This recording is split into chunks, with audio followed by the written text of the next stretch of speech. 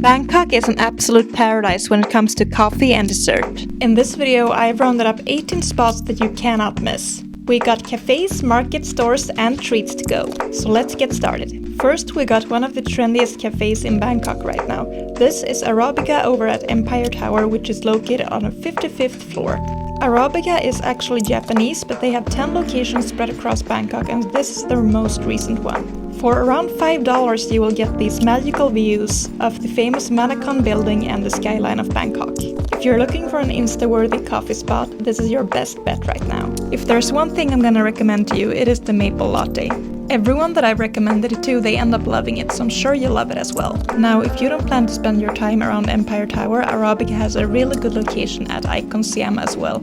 It is, of course, very busy, always, but it's very easy to swing by here and grab a coffee on the go. And afterwards, you can continue your shopping adventures over at ICONSIAM. And speaking of ICONSIAM, this next spot has a location there as well. But this was the location at Central World, which is a different shopping center in Bangkok. This is a real famous dessert cafe in Bangkok, and we are here to try the signature Shibuya honey toast, which has gone viral recently. And I also want to get some strawberry milk because it's just so good here. The Shibuya toast definitely lived up to the hype, and I cannot recommend it more. If you want to try something else, I can highly recommend the mango sticky rice shaved ice as well. Pet cafes are a big deal in East Asia, and I've seen good ones and I've seen bad ones. This Corgi cafe is a lovely experience. I've been looking forward to it for so long, and I'm so glad that it lived up to the hype. For $10, you get a drink and admission to one of their 4 daily slots. In my experience, cakes and beverages at pet cafes can be pretty bad because people come for the pets and not the food, but this really wasn't the case here. I loved the drink that I got, but I was too full to try one of their cakes, but they did look really good. Once the session starts, they will let in the corgis through one of the side doors, and they are super excited to play with you, but it is a food-based relationship, and they will only come to you if you have food. So for an additional 100 baht, you can buy food at the cashier. Okay, thank you.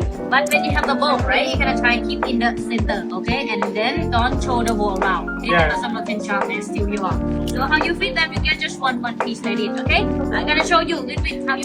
After our safety briefing, we were all ready to feed the corgis. The staff here was honestly incredible, and they initiated so many photos and videos with the pets.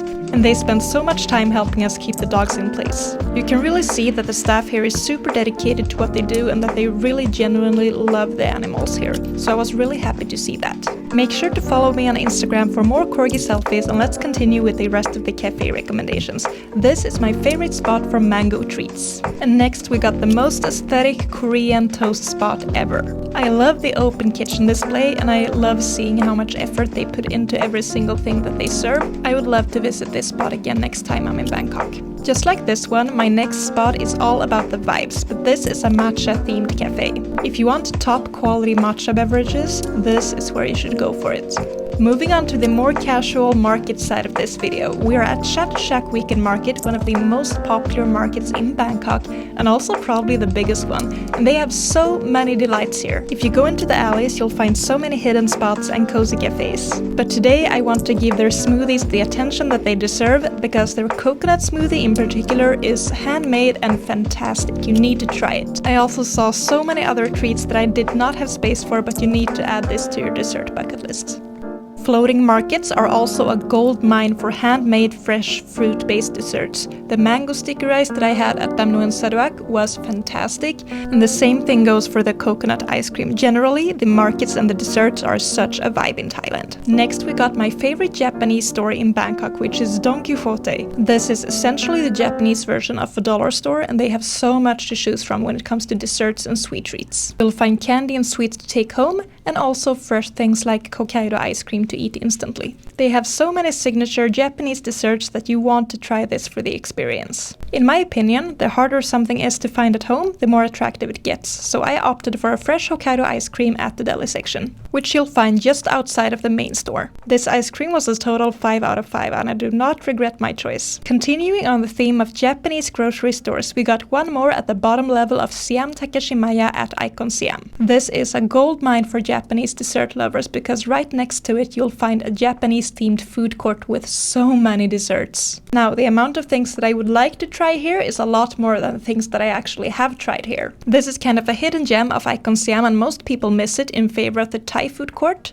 but Japanese food in Bangkok is on a whole other level and it's something you need to prioritize when you're there. I've made a whole video dedicated to food in Bangkok and you'll see a lot more Japanese food in that one. But back to this food court and back to what I've actually tried. So I've mostly focused on Hokkaido ice cream here. And what makes Hokkaido ice cream so special? Well, if you think about soft serve ice cream and the slight milk flavor that it sometimes has, the Hokkaido thing is special because it has a slight vanilla hint to it. Hokkaido is a prefecture in Japan that's known for their milk. And therefore, Hokkaido milk ice cream has become really famous across Asia. Now, as I previously mentioned, the Thai food court is what gets most of the attention at ICONSIAM. You'll see a lot of good local desserts here, such as mango sticky rice, coconut ice cream, and so much more. They also have a lot of fresh fruit, smoothies, and even durian, which is something I personally think you should avoid when you're here. But try it and you'll find out why. This time, I was here to try their famous Thai tea. Now, if you followed me on Instagram years ago, you know that I was obsessed with everything related to milk tea. This was absolutely delicious and I remember why I loved it so much. Next we got a Japanese cheesecake over at Central World. It was just a quick treat to go, so I had to try it and move on to the next one.